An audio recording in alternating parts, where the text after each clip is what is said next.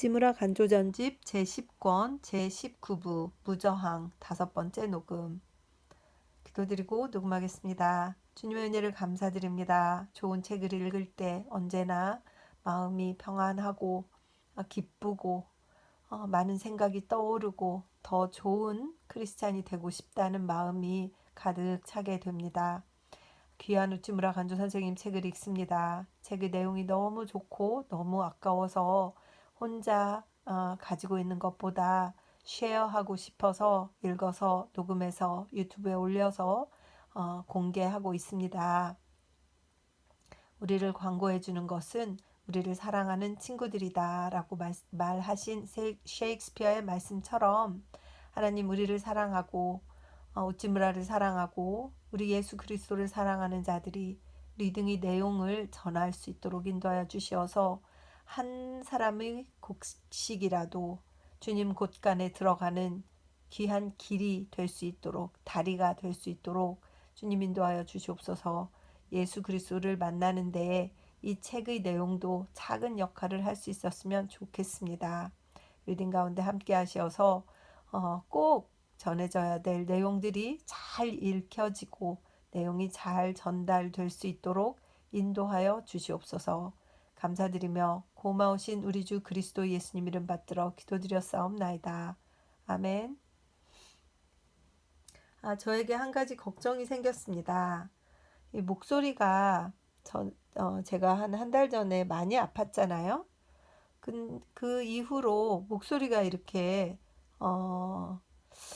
좀 톤이 낮아졌다고 해야 될까요? 목에 뭐가 있는 것처럼 목소리가 걸걸해진 거예요. 시간이 지나면 좋아지겠지 생각했는데 안 좋아집니다. 목소리가 낮아졌어요. 그래서 제가 아주 하이 소프라노는 아니었어도 그래도 늘 소프라노 파트를 맡아서 성가대에서 봉사를 했었고 그랬었는데 목소리가 안 나와요. 노래를 잘 못 부르겠어요. 그럴 정도로.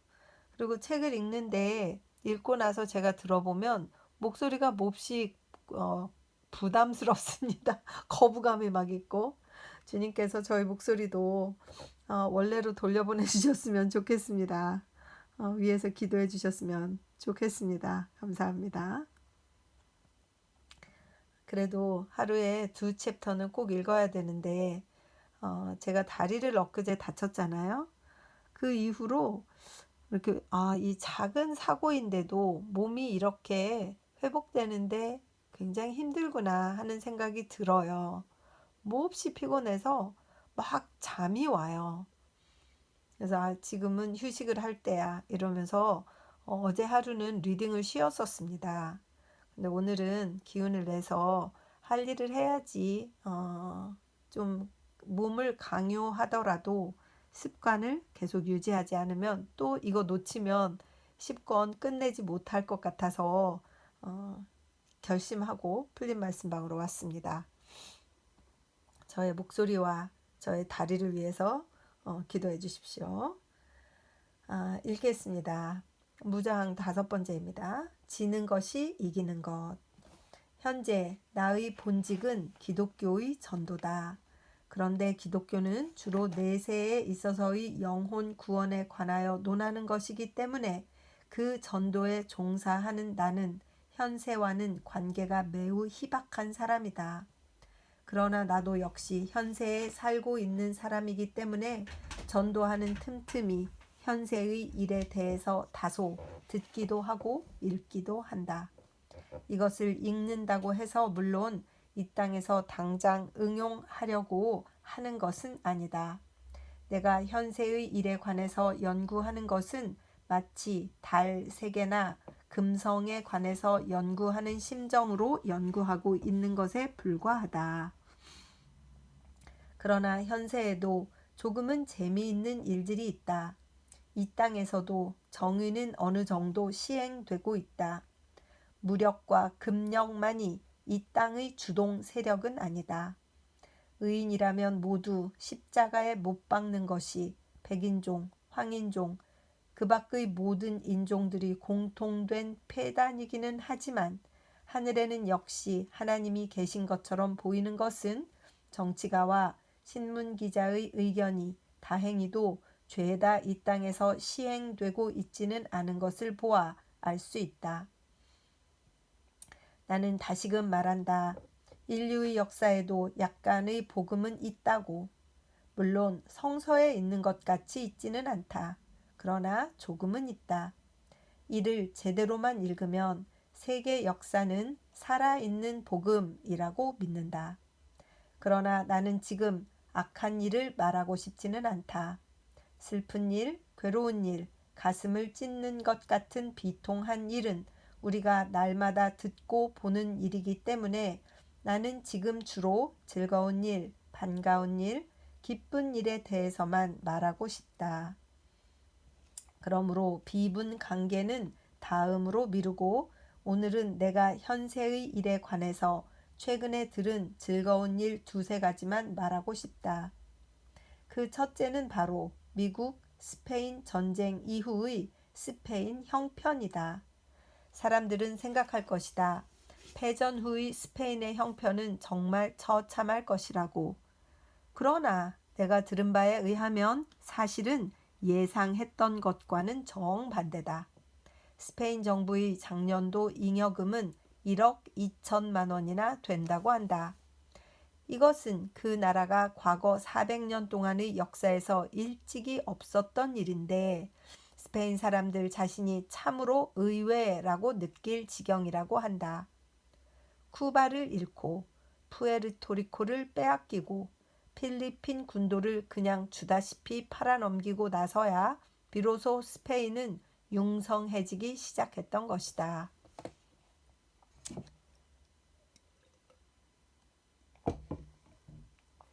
이제부터는 트레이드, 언다루셔 등의 풍부한 광산은 다시금 채굴되고 무르셔의 포도원은 그 전보다 더한 풍작을 가져와서 유럽의 서쪽 끝에 자급자족으로 흐뭇해하는 한 낙원이 생겨나고 있다.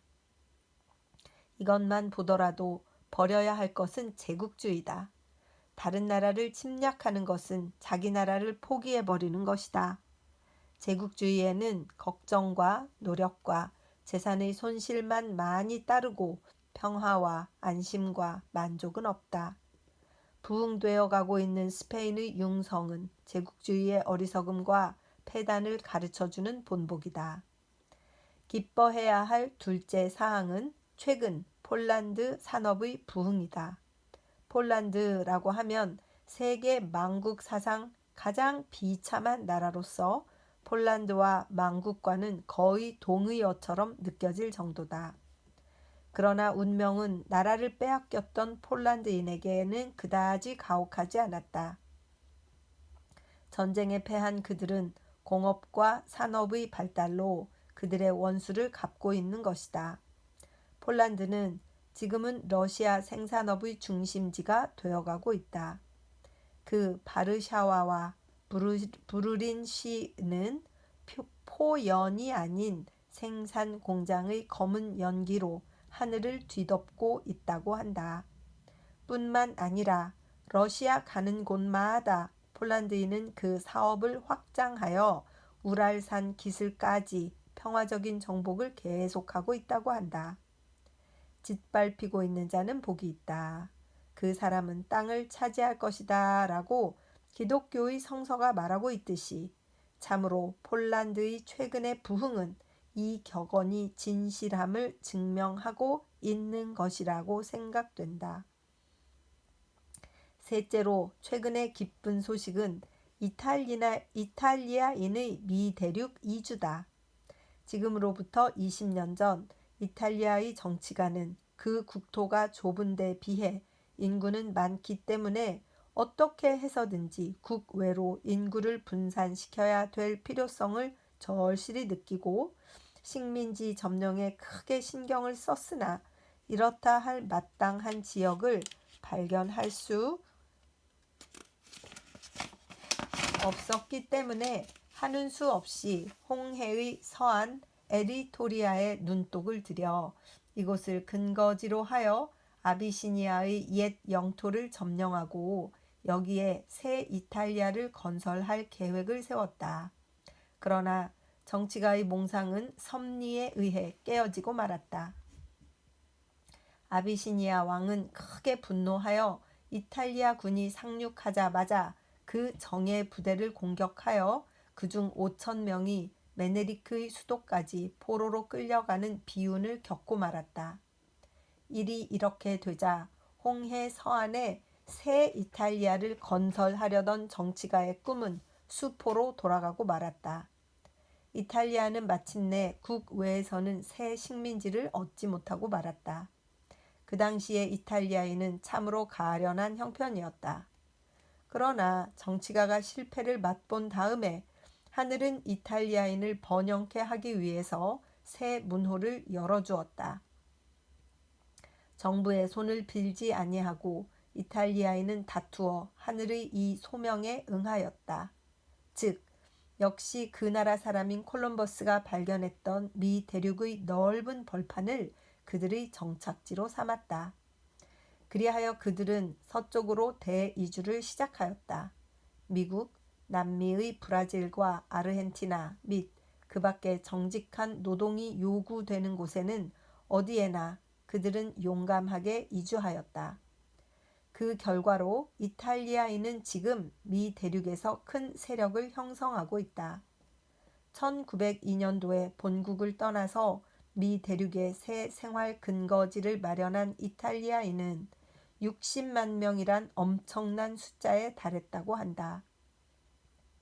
그렇기 때문에 마르코니가 원거리 무선 전신을 발명하자마자 이것으로 제일 먼저 교신하였던 것은 이탈리아의 황제 빅토르 임마누엘 2세에게서 남미 아르헨티나에 있는 그의 신하들에게 보내어진 것이었다고 한다.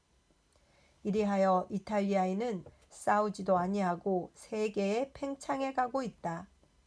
정략을 사용하지 아니하고 칼을 뽑아들지도 아니하고 오직 쟁기와 도끼와 근면한 팔뚝과 정직한 마음을 가지고 새 이탈리아를 건설해가고 있다. 구태여 이탈리아의 삼색기가 그들을 따르지 않더라도 그들은 별로 서운해하지 않았다. 그들은 이탈리아를 떠났으나 이탈리아를 잊지 않았다. 아니, 그들은 이탈리아를 떠나고 나서부터 더 한층 충실한 이탈리아인이 되었다.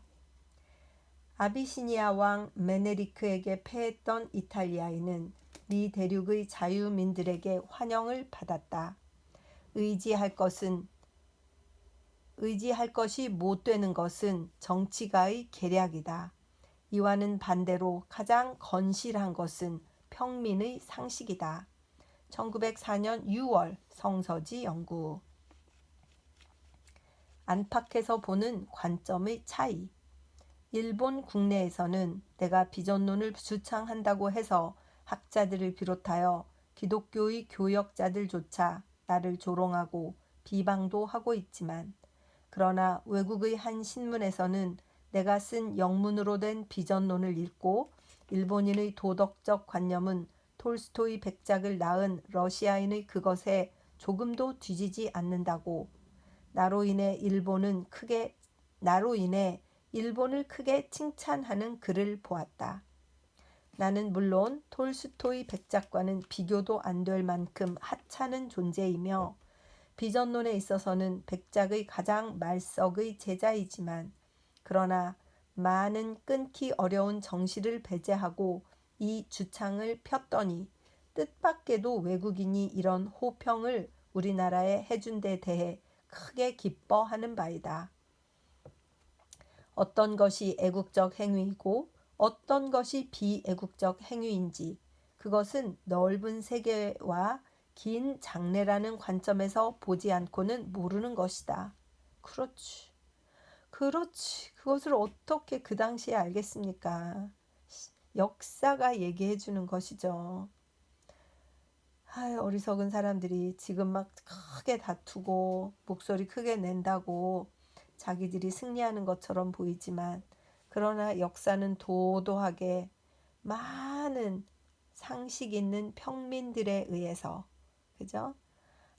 정말 너무 아름답다는 느낌이 듭니다. 이 우찌무라 선생님의 이 마음이 얼마나 아름다운가 이런 생각을 하게 되고 사람 사는 세상 뭐 이런 얘기 하신 노무현 대통령 있으시잖아요. 그 국민의 그 상식으로 평범한 도덕으로 그래야 애국이지.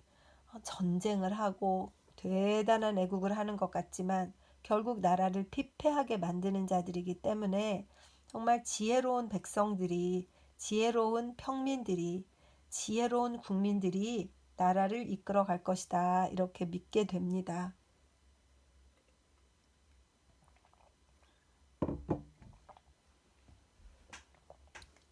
계속 읽겠습니다.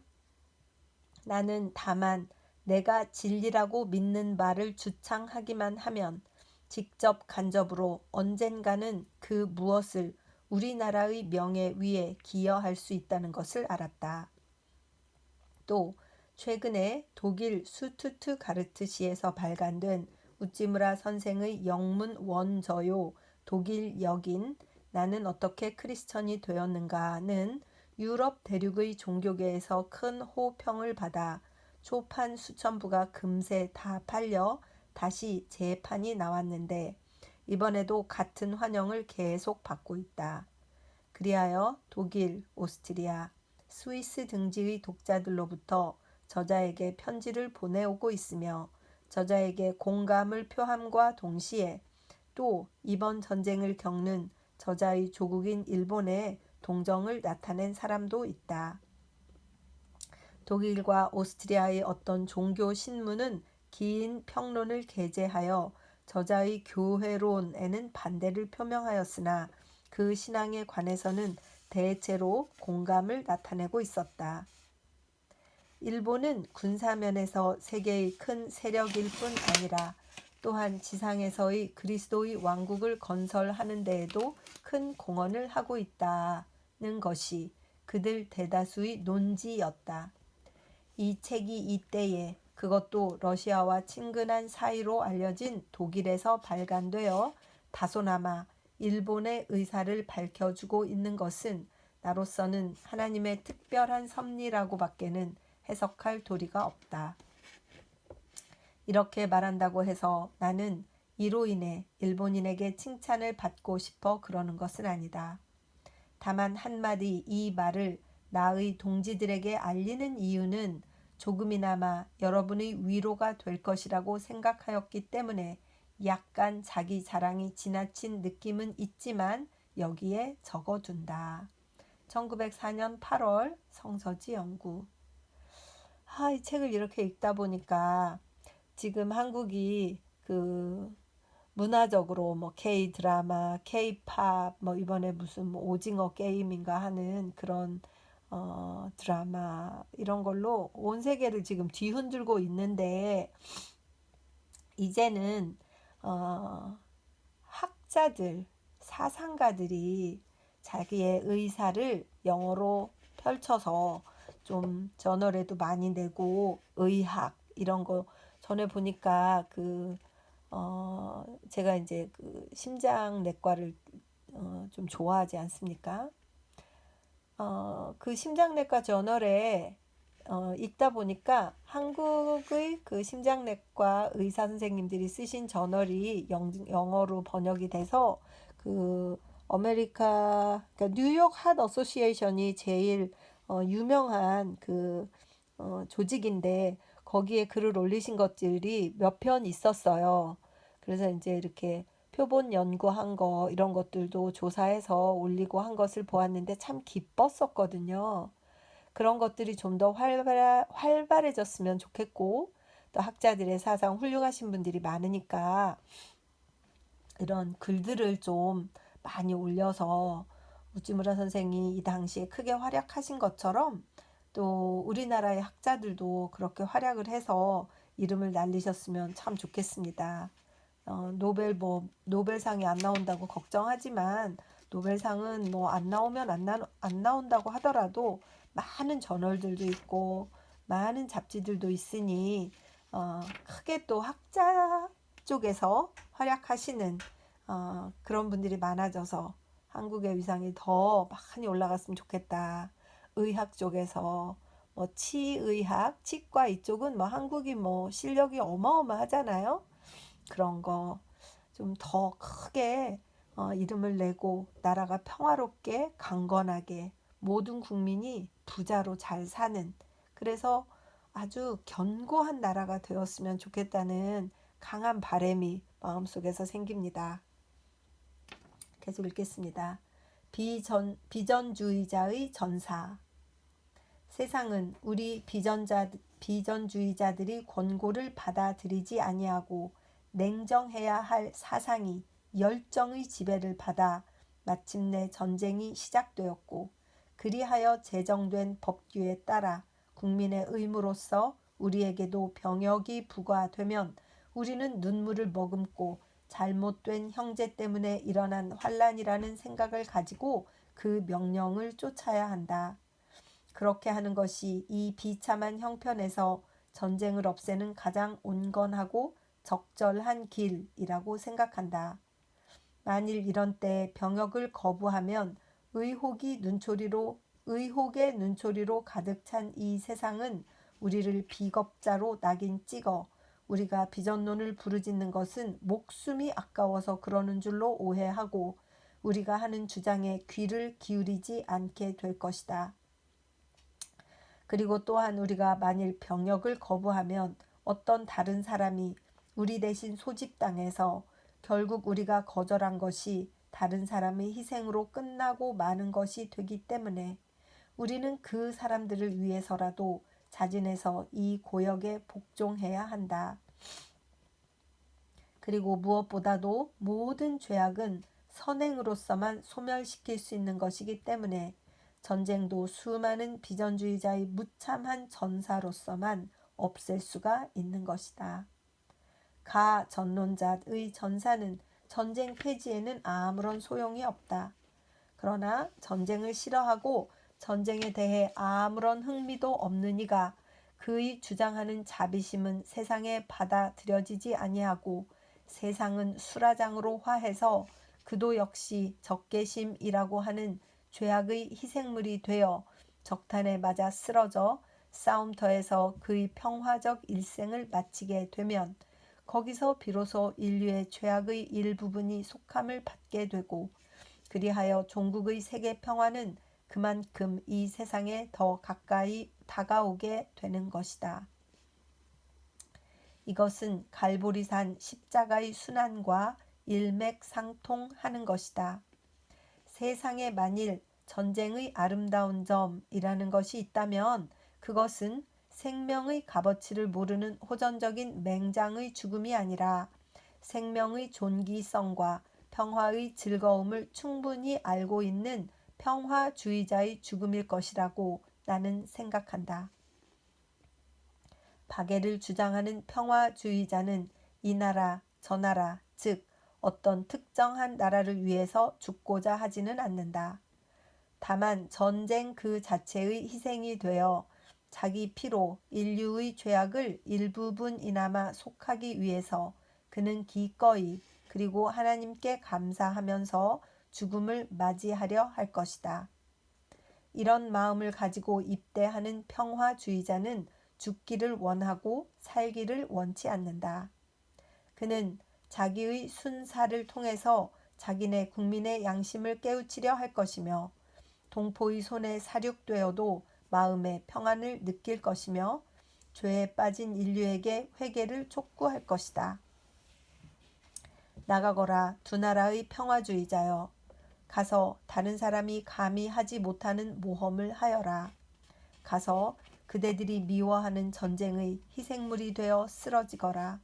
싸우더라도 적을 미워하진 말아라. 그대에게는 지금 적이라는 것은 없기 때문이다. 다만 그대에게 주어진 직분을 다하면서 그대의 죽음이 개 죽음이 아니라 속죄의 죽음이 되기를 기원하여라. 사람들은 그대를 죽음으로 내어 몰지만 하나님은 하늘에서 그대를 고대하고 계신다. 거기서 적과 원수를 나누어라. 오직 죽는 순간까지 평화를 위한 기도를 그대 입에서 끊지 말아라. 아우, 눈물 나. 젊은이들을 전쟁으로 보내면서 평화주의자가 젊은이들에게 전쟁에 가서 죽을 때 어떻게 죽어야 될 것인가를 얘기할 때 얼마나 심정이 찢어졌을까 그런 생각이 들고, 우리도 그 군대 가서 막 그 맞아 죽었다 뭐죠, 강압적인 그런 그 물리를 당해가지고 막 몸이 상하는 그런 젊은이들이 있잖아요. 안 갈 수도 없고, 비교가 될 건 아니지만 전쟁에 그 젊은이들을 보내면서 정말 아이고 마음 아파라. 가서 죽는 순간까지 평화를 위해서 기도하라 이렇게 말씀하셔서 그냥 generally speaking 일본을 싫어하죠. 우리가 저도 막 괜히 싫어요. 그들의 그 이중성이 싫고, 그렇지만 일본 전체 역사에서 단 한 사람 우찌무라 간조만을 제가 좋아합니다. 그런데 이런 글을 쓰시면서 우리가 가지 않으면 우리 때문에 다른 사람이 갈 거 아니냐. 걔들은 또 뭐냐. 그러니 우리가 가서 우리가 희생해야 된다라고 얘기하는 이 정말 설득되는 이 주장이 왜 이렇게 마음이 아픈지 모르겠네요. 아이고, 계속 읽겠습니다. 러일 전쟁이 터진 이래 나는 오늘날까지고 몇 번이고 이런 말로써 젊은 친구들의 입대를 환송하였다.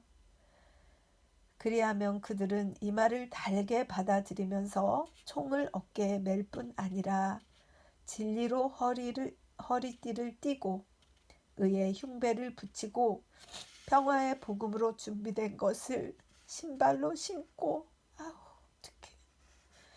믿음의 방패를 가지고 구원의 투구와 성령의 검을 들고. 에베소서 6장 14절 이하. 어떡해. 기꺼이 싸움터로 향하였다. 그런데 그 후 그들이 전장에서 처신하던 이야기를 남몰래 들어보니 용기에 있어서나 활동에 있어서나 특히 부드러운 그들의 대화심에 있어서 그들은 조금도 남에게 뒤떨어지지 않더라는 것이다. 그들 중 어떤 이는 벌써 적탄을 맞아 쓰러진 이도 있다. 어떤 이는 바다 밑에 해초로 화하기도 했다. 그러나 그들은 끝까지 하나님을 믿고 평화를 사랑하고 죽음에 임박해서도 마음을 깊은 인생 문제에 쏟다가 소망과 평화의 감사 속에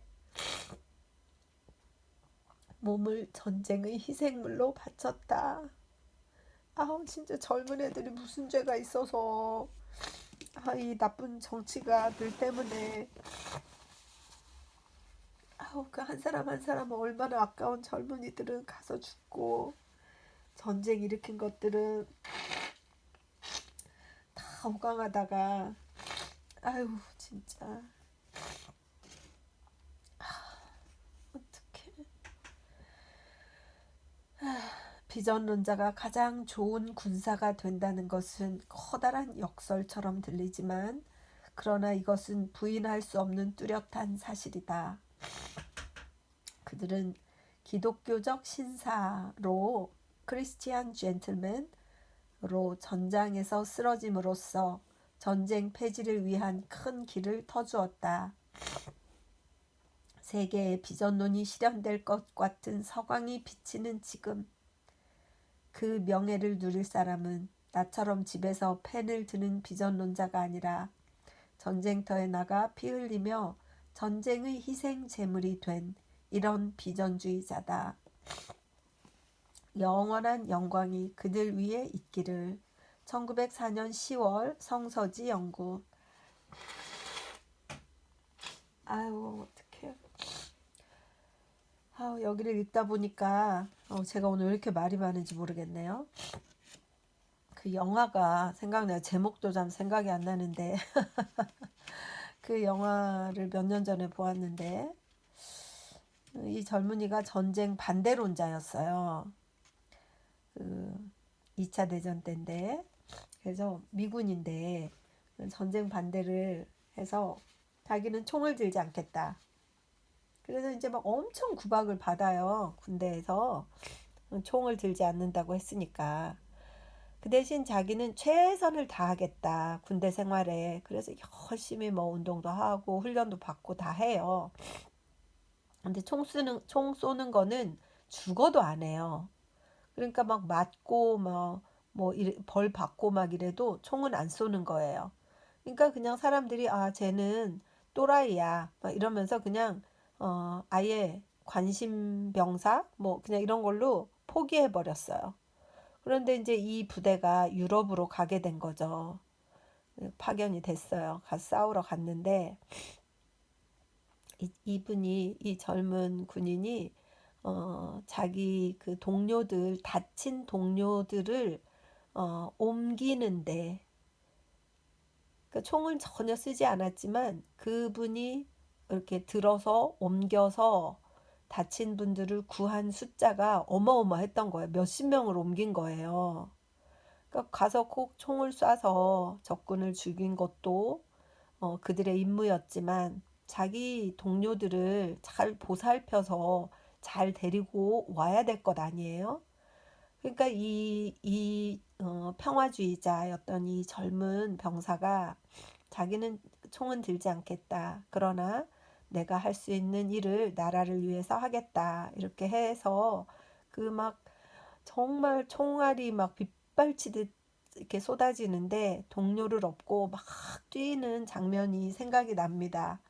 우찌문 선생님과 우찌문 선생님에게서 영향을 받은 젊은이들이 군대를 갔을 때 그분들이 아마 그런 활약을 하시지 않았을까 이런 생각도 들고 정말 전쟁은 절대 일어나면 안 되겠구나.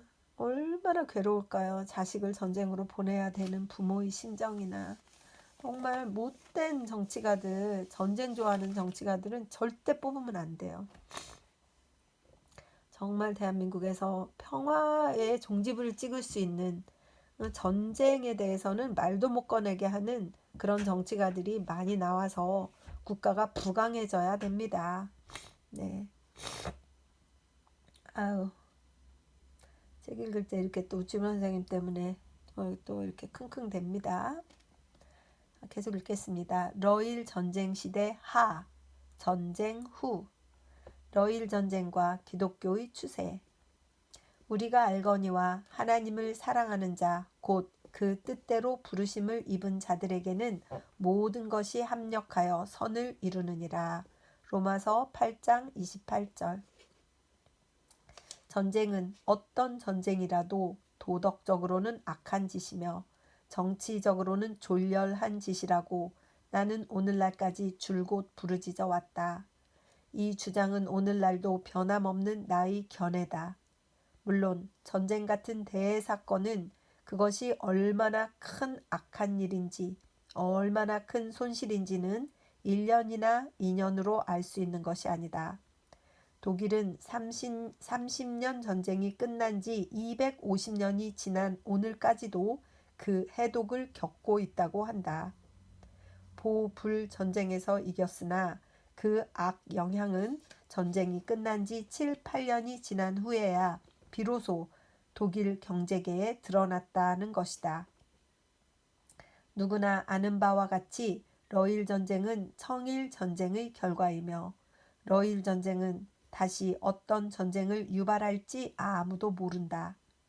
세계가 모두 동포이며 우주는 모두 한 몸인 이상 남을 죽이는 것은 자기를 죽이는 결과를 가져오며 남의 재산을 빼앗는 것은 곧 자기 재산을 잃어버리는 결과를 필연코 가져오고야 마는 법이다. 적이라고 하지만 하나님의 눈으로 보면 모두 동포요 형제다. 적국이라지만 같은 세계의 일부분이다.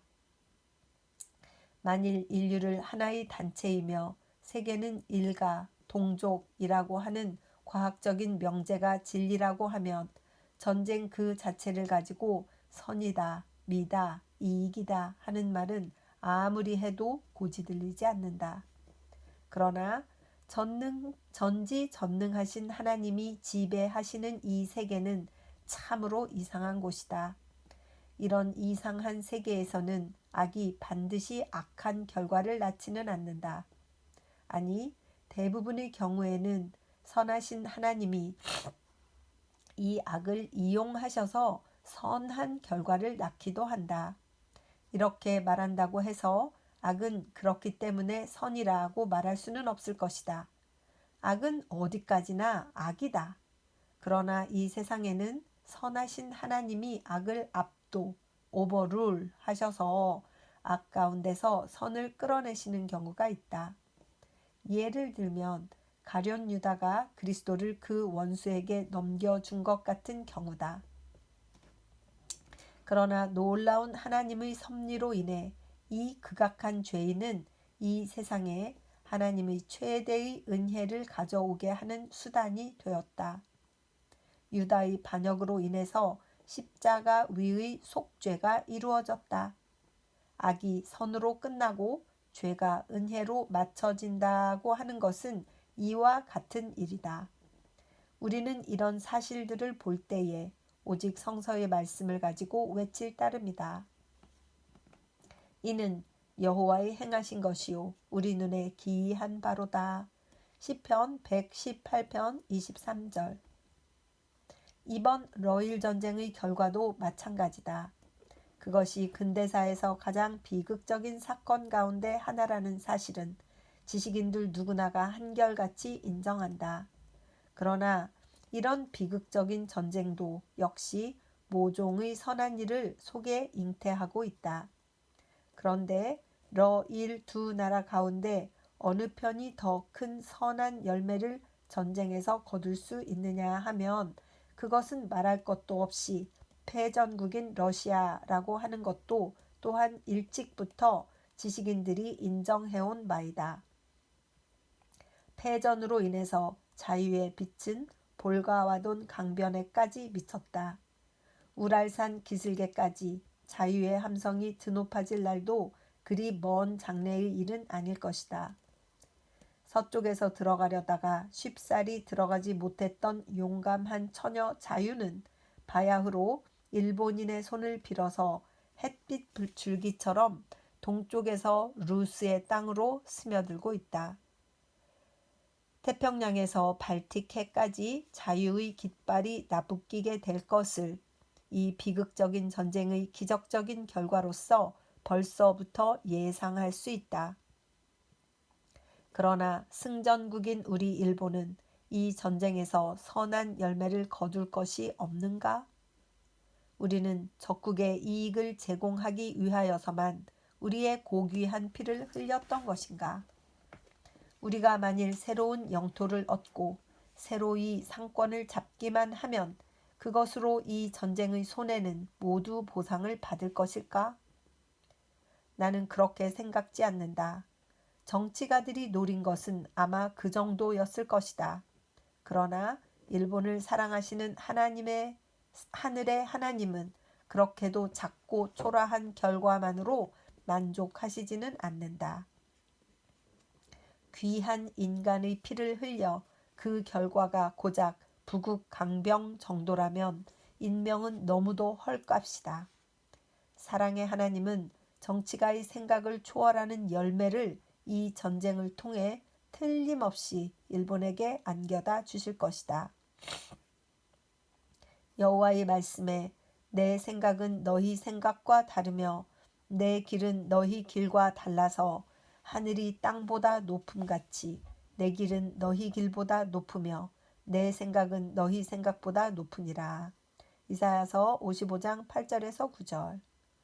러일 전쟁은 비기독교 국가라고 인정된 일본이 기독교 국가라고 인정된 러시아에 대해 도발한 전쟁이다. 그런데 이 전쟁에서 비기독교 국가인 일본이 전쟁이 시작된 이래 연전연승을 했기 때문에 이 상황을 목격한 사람은 누구나 이 전쟁의 결과로서 기독교가 일본에서는 극도로 인기가 없어지고 머지않아 일본 열도에서는 그 흔적조차 사라져 버릴 것이라고 생각하였다. 실제로 늘 기독교를 적대시하던 일본의 종교가들 중에는 이런 생각을 품고 전쟁이 시작되던 당시에 벌써 옛 종교를 크게 부흥시켜 보려고 계획했던 사람도 있었다고 한다. 또는 외국, 특히 영미 두 나라의 종교가들 중에 이런 결과가 일본에 닥쳐올지도 몰라 마음속으로 은근히 일본을 위해 걱정했다고 하는 사람도 있다는 말을 들었다. 그러나 사실은 어떠했는가? 연전연승한 지 1년이 지난 오늘날 기독교는 과연 비기독교 국가로 인정받고 있는 일본에서 인기가 폭락했는가? 결코 그렇지 않다. 사실은 그와 정반대다. 내가 본 바로는 1905년의 벽두인 오늘만큼 기독교가 일본에게 요구된 적은 없었다. 모든 정치 잡지와 문학 잡지가 불황을 겪고 있는 요즘인데도 우리 종교 문학은 전쟁이 진전되어감에 따라 점점 더 세상의 환영을 받고 있다. 바야흐로 일본의 유력자로서 기독교를 찾는 사람의 수는 날마다 늘어나고 있다. 오늘날 가장 잘 팔리는 책은 기독교의 성서다. 요즘은 어떤 기독교회든지 상식에 어긋나지 않는 기독교가 강론되는 곳에는 청중들로 가득 메워진다. 바야흐로 기독교는 아무 거칠 것 없이 담대하게 일본 땅 어디에서나 전파되고 있다. 만주와 조선 땅에 시체가 나뒹구는 우리 동포들은 대개 기독교를 믿지 않던 인사들이었다. 그런데 이 비극적인 전쟁의 혜택을 가장 많이 입은 사람은 기독교 신자들이었다. 이것처럼 뜻밖인 사실도 없을 것이다. 그러나 이는 엄연한 사실이다.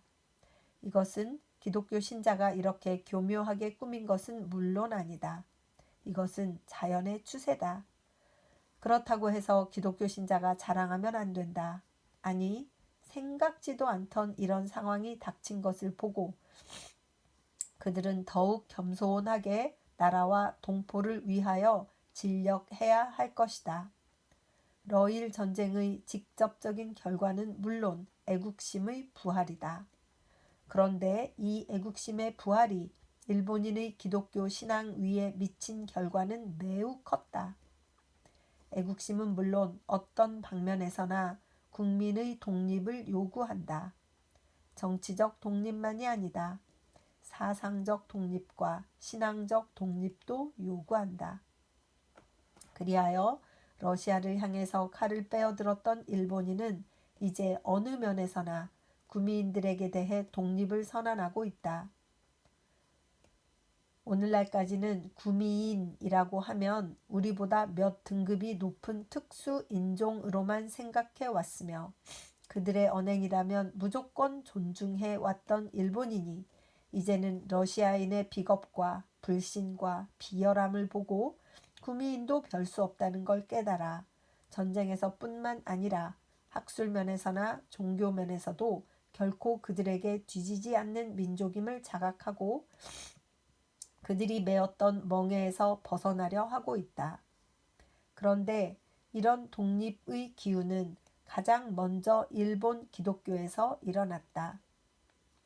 30년을 하루같이 외국 전도기관의 보조금에 의존하면서도 아무런 수치를 느끼지 못하던 일본의 기독교 신자가 러일 전쟁의 결과로서 의뢰심과 맹목적 복종이 얼마나 수치인가를 깨닫고 미국인에게서 보조를 받는 것은 러시아인에게 보조를 간청하는 것과 50보 100보의 차라고 생각하게 되었다.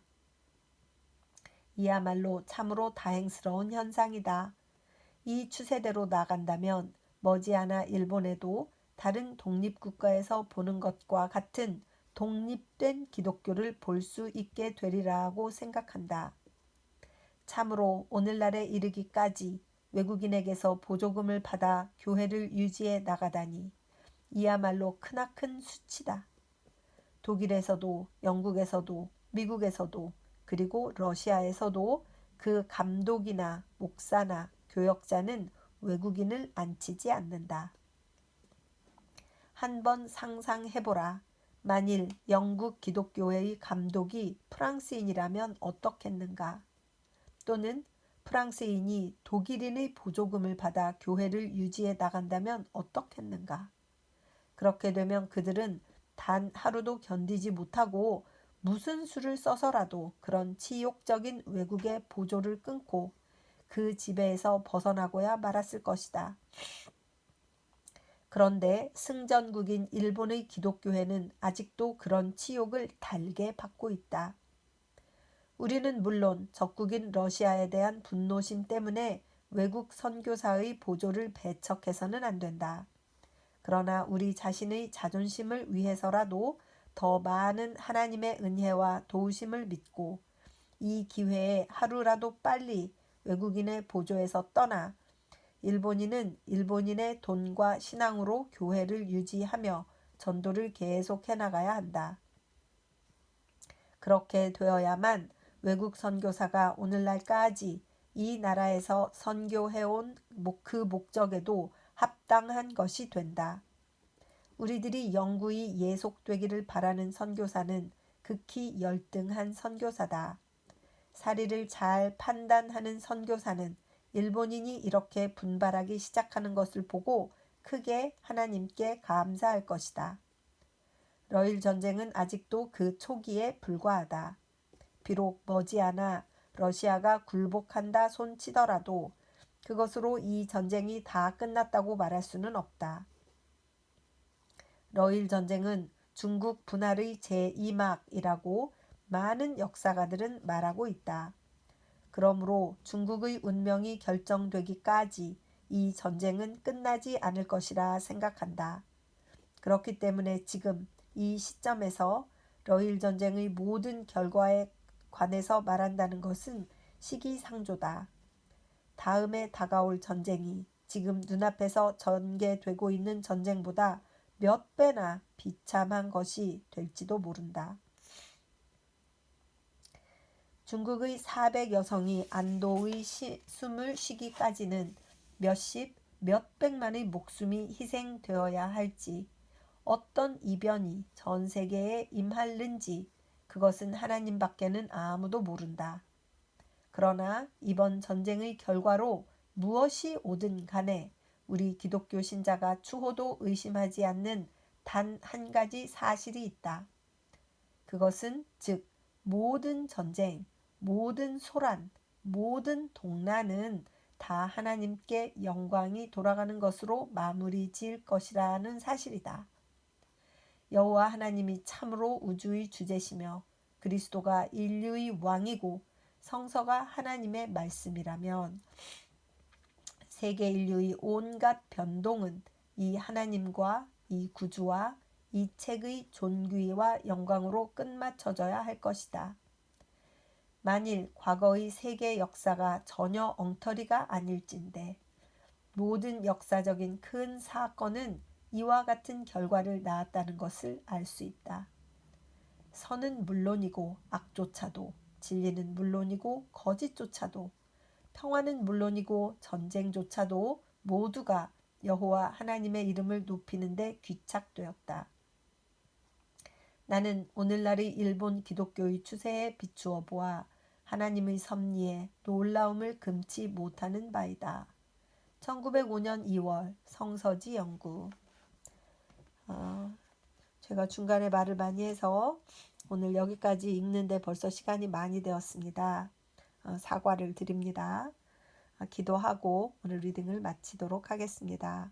주님의 은혜를 진심으로 감사드립니다. 세상이 험하게 돌아갈 때 어떻게 그것을 내다보는 눈을 가질 것인가, 진정한 크리스찬으로서 하나님의 섭리를 어떻게 깨달을 것인가, 어떻게 보아야 할 것인가 하는 점을 생각하게 하는 리딩이었습니다.